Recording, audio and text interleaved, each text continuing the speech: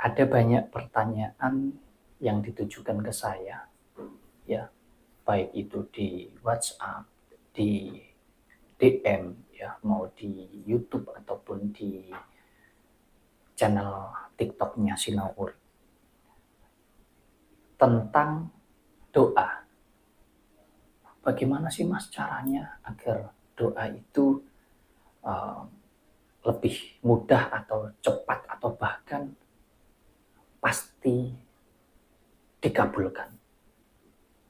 Nah, biarpun saya sudah beberapa kali bikin video tentang doa itu harus bagaimana supaya mudah atau supaya cepat atau bahkan pasti dikabulkan atau diwujudkan ya teman-teman ya. Nah, ini karena banyak sekali yang bertanya, maka di kesempatan ini saya ingin share kepada teman-teman sekali lagi apa yang saya sampaikan ini adalah merupakan sebuah pemahaman atau pengertian pribadi saya.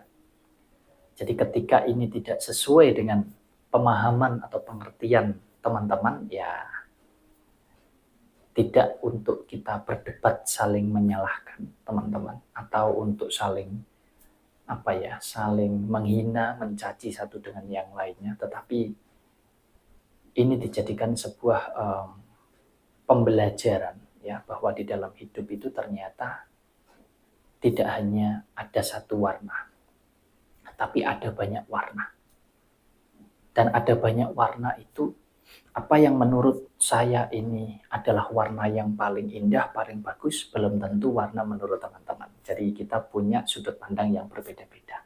Untuk itu kita bisa saling ambil hikmah di sana, bahwa ini adalah sebuah keanekaragaman, sebuah keindahan, baik dari segi apapun, banyak sekali. Ya, banyak sekali. Jadi kita jadikan perbedaan-perbedaan di antara kita itu menjadi sebuah wawasan untuk kita bisa semakin berkembang di dalam berpikir gitu ya. Nah, kalau kita bicara tentang doa teman-teman ya, kalau kata orang Jawa itu dungo ya. Nah, kenapa sih doa itu masih banyak yang tidak terkabulkan? Atau doa itu banyak sekali orang itu sudah berdoa, sudah wah sepenuh hati sudah, tetapi kok doa tersebut kok tidak terwujud teman-teman. Nah, kesalahan kita itu sebetulnya karena kita nggak memahami konsep daripada doa teman-teman. Nah, kalau kita bicara doa, doa ini kan sebuah permohonan teman-teman, sebuah permintaan, sebuah pengharapan. Jadi kita ini berharap, kita ini memohon, semoga, mudah-mudahan. Jadi kita ini masih sebetulnya nggak percaya diri, nggak yakin, karena kita masih mengemis. Kita masih meminta.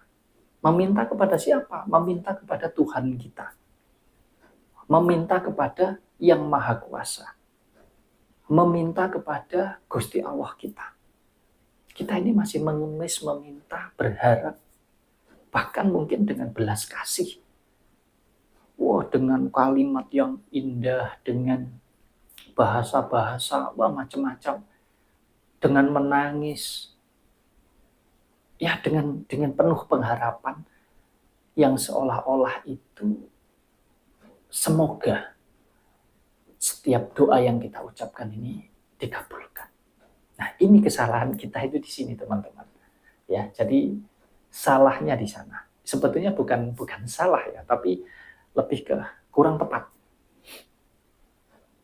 Jadi tidak salah kita berdoa, ndonga itu tidak salah, tapi kurang tepat di dalam kita memahaminya. Sehingga kalau kita bicara doa atau dungo, kalau kata orang Jawa, ya bisa terwujud, bisa juga enggak. Karena kita baru sebatas memohon, kita baru sebatas meminta.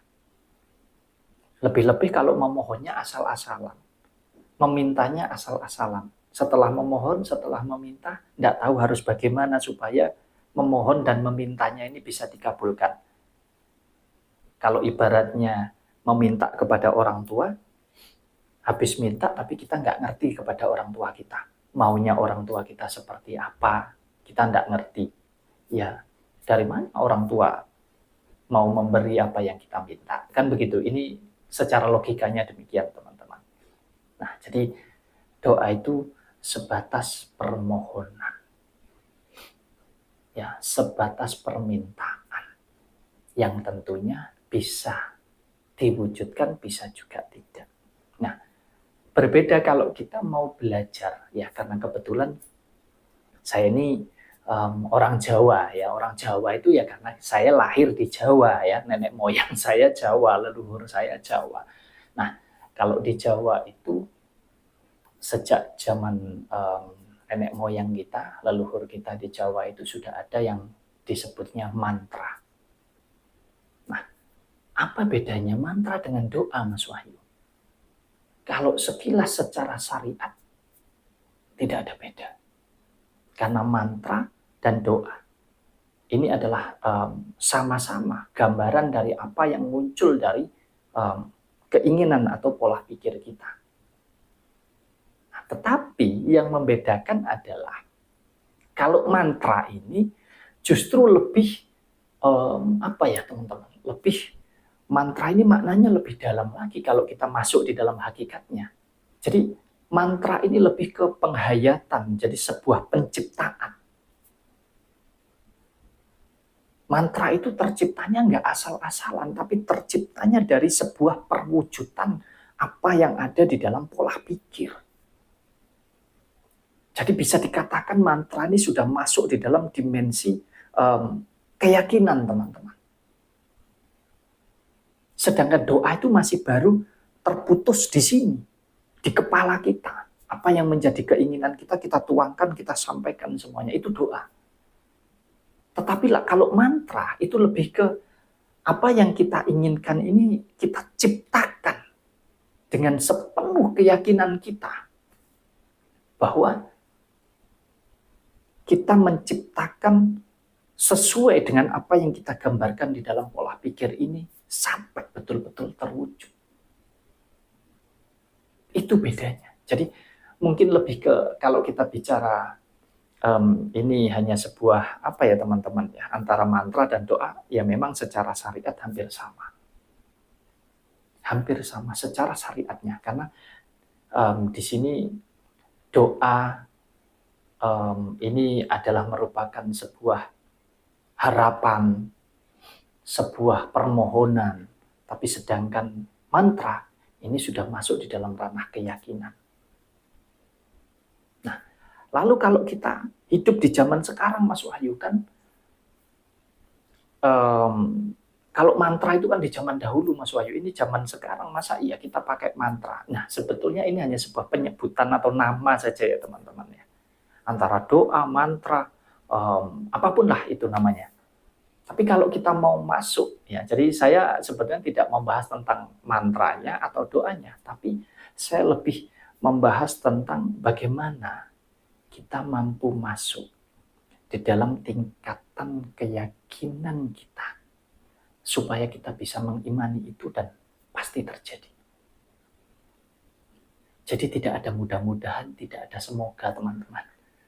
Ya, taruhlah kita jadikan satu antara mantra dan doa ini tadi, kita ringkas menjadi sebuah keyakinan. Kalau kita punya keinginan, saya ingin ini, saya ingin masalah saya bisa selesai, saya ingin punya ini, punya itu, dan lain sebagainya. Maka masukkanlah itu di dalam penciptaan keyakinan kita.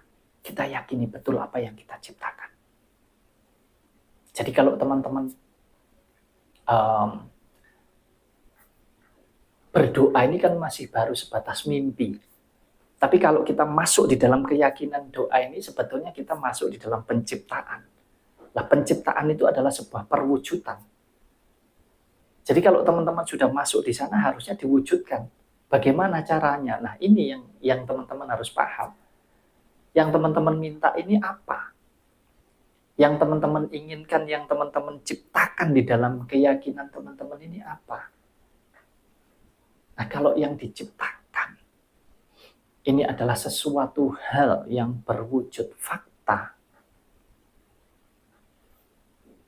Misalkan, teman-teman ini, saya ingin punya mobil.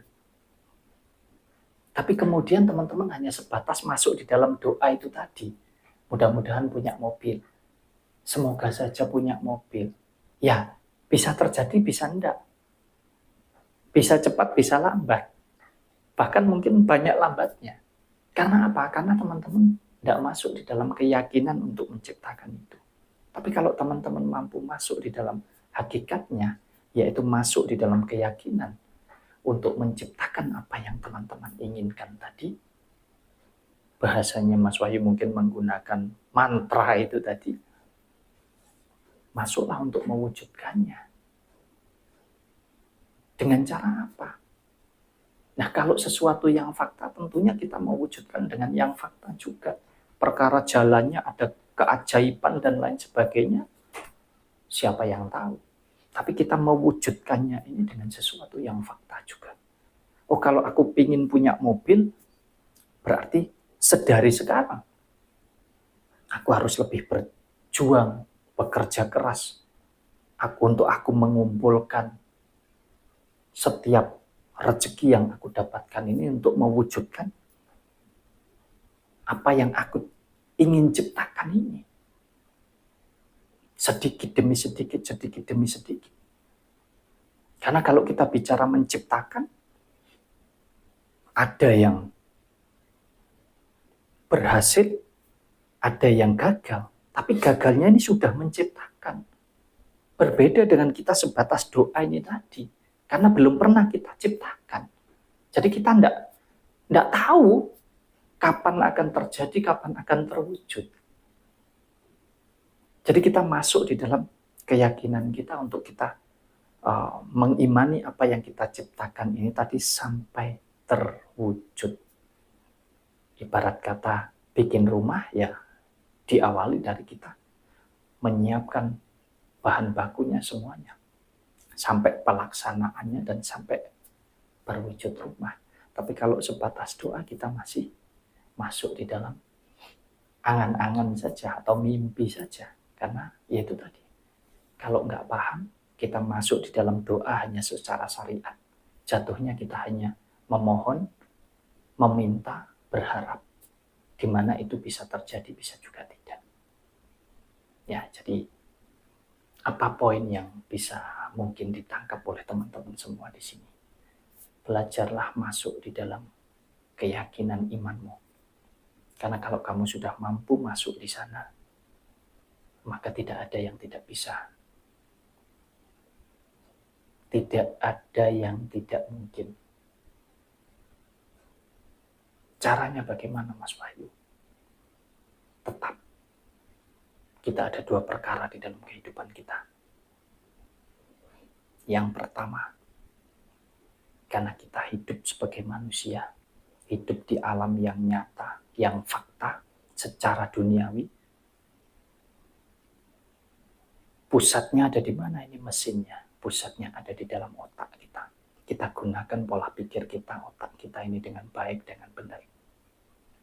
Yang kedua, kita nggak bisa lepas dari kehidupan yang tidak fakta. Kehidupan rohani atau kehidupan jiwa. Kita harus mampu masuk di sana. Untuk kita senantiasa